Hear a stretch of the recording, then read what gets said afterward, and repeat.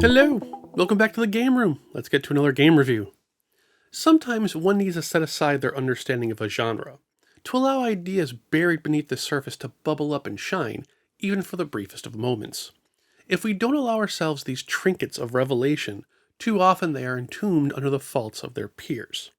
Such is the case with Acclaim and Take-Two's Iron and Blood Warriors of Ravenloft release, an advanced Dungeons & Dragons game whose ideas are sound but find themselves buried under the rubble of player expectation and a desperate lack of development time. Published in 1996, Iron and Blood found itself against some fairly heavy odds. Developers Capcom, SNK, Midway, and Namco had already planted their flags in the fighting game arena, many of which are still going strong today. For a new contender to the crown to have a chance, something different would be needed. Let's get to it. Designer Rick Hall and his staff had a novel idea for their fighting game, a Dungeons & Dragons campaign mode built around the source material's cornerstones of magic, combat experience, and risk. How many times were you willing to roll the metaphorical dice? That's the question that can be answered in campaign mode. The game's roster is divided into good and bad. On the left side are the 8 heroic entities, and on the right the villains galore. The first character chosen decides an alignment, and then from there several more same faction choices are made. On the first play, gamers will note the fairly empty portrait of their roster choices. That all changes with the match objectives. Players are fighting for 3 potential objectives: magic power, Ring of Resurrection, and an extra team member. The latter is simple. Instead of the standard 3 players per team, you can now select 4.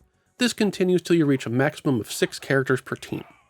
The Ring of Resurrection allows a defeated player to be resurrected at the cost of losing all their experience points and powers. Finally, and most importantly, magic and experience.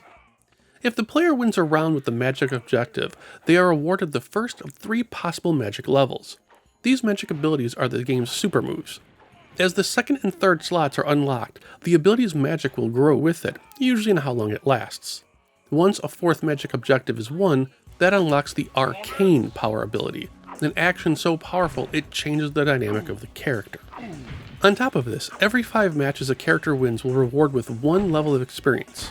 Every 3 levels of experience, they gain more health, cause more damage, and earn a tiny bit more defense. Once maxed out at 9 levels of experience, the character is a walking death machine. At least that would be if it weren't for that pesky risk factor I mentioned earlier. Your characters can die, literally be erased from the memory card permanently, and will need to be, if you pardon the phrase, re-rolled. This life and death situation is where Iron and Blood's, lifeblood is, especially since it means you and a friend can load up memory cards and face off against each other's created characters, or at least, just once. If you're looking for more standard fighting rules, head-to-head mode is where to head, literally. This strips away the team choosing and lets players duke it out in single fighter best of rounds. Here, both players can choose the same characters and still use their powered up players. Rounds are determined by the same life sets in campaign mode. Once settled in, the game's controls and combat system can be discussed. Iron and Blood uses a 4-button setup with a unique layout. 3 of the 4 buttons conform to the usual quick, medium, and strong strength variant attacks, but the circle button acts as a modifier. This, used with other buttons and directional combinations, will unironically allow you to perform predetermined combinations, or as the game says, combination! I'm not fond of predetermined combos, like the ones found in Tekken and MK3. I feel like it's a more forced memorization rather than the flexible options found in Capcom and SNK games. I wouldn't knock a game for its choice, but it does need to be said. It's here in combat that Iron Blood loses its way. I've seen several reviews over the years call out the frame rate, but that can be overlooked after a few plays. The stumble comes in how the developer approached character playstyle. If you're not sure what I mean, let's explore the standard. You usually have 3 templates: quarter circles, chargers, and tappers. If one move is performed with said controller motion, it's a good bet that the rest of the character's moves will follow a similar pattern.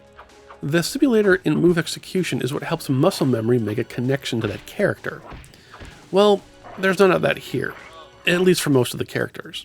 Let's take Skeleton Warrior. Not that one. Artis, for example.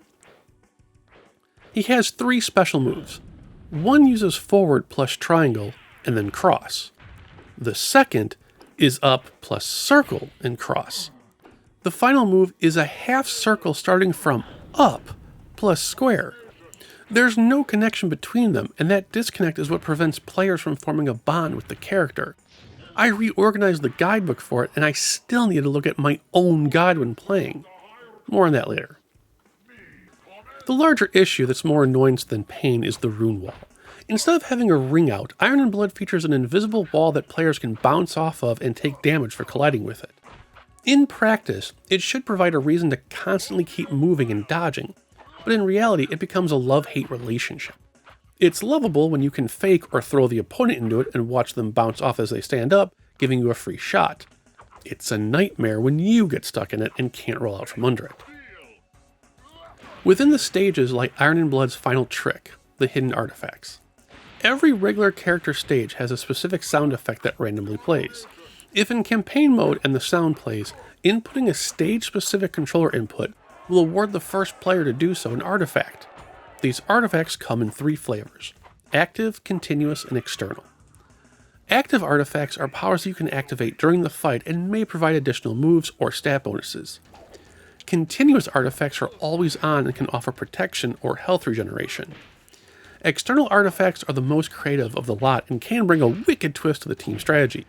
For example, the Altar of Sacrifice allows the player to sacrifice one of their teammates to award 3 magic levels and an arcane ability to the selected character. It's a great way to fend off a stronger single opponent, at a cost.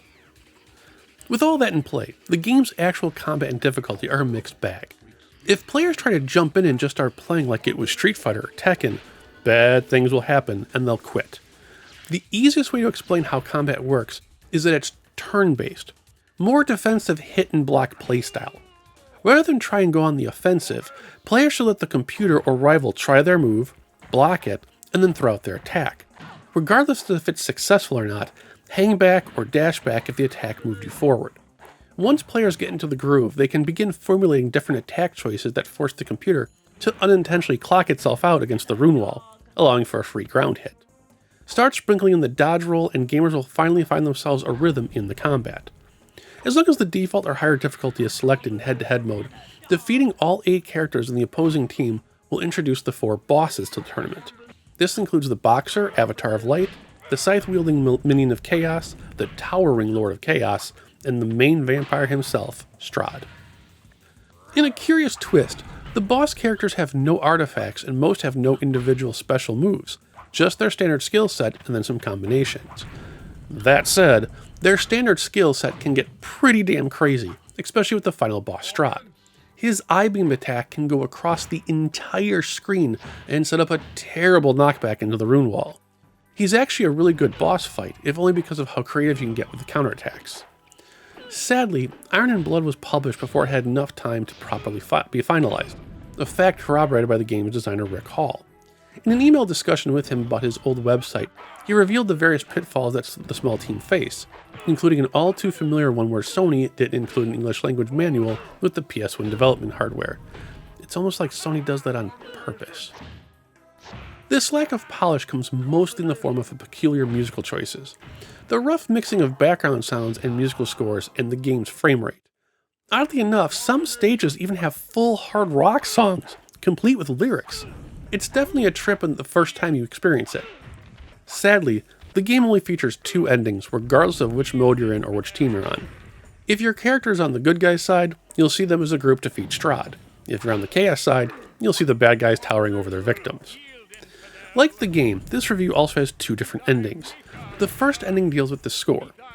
Iron and Blood's campaign mode is unique in its presentation in a high-stakes game of betting your hard-earned grinding levels against your own skill set. In a surprising move, if playing solo in head-to-head, the computer gets to use your characters as well. This means the better you are in keeping characters alive in campaign mode, you're now creating your own harder difficulty level in head-to-head mode.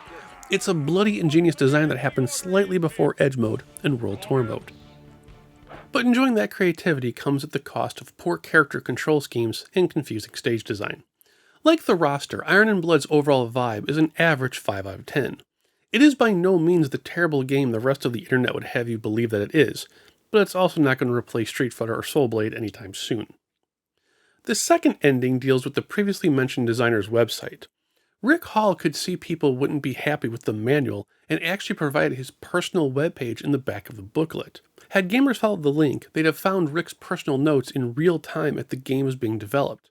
This included deep lore from the game's writer, programmer's cheats for the bosses, strategies, and movesets of everyone in the game. Sadly, over 20 years later, it was clear these weren't finalized either, as there were some discrepancies in the move list and unlockables. As part of Project Up One and with his knowledge, I've gone through not only and corrected anything out of place, but also completely reorganized and further expanded upon the source material. The result is a modern-day strategy guide weighing in at more than 50 pages if it were printed out. New additions include easier button combinations for certain moves, a complete overhaul of the artifact unlocking, some new combos, and providing the boss characters their full move suites. I'll have a link in the video description below. And there you have it, guys.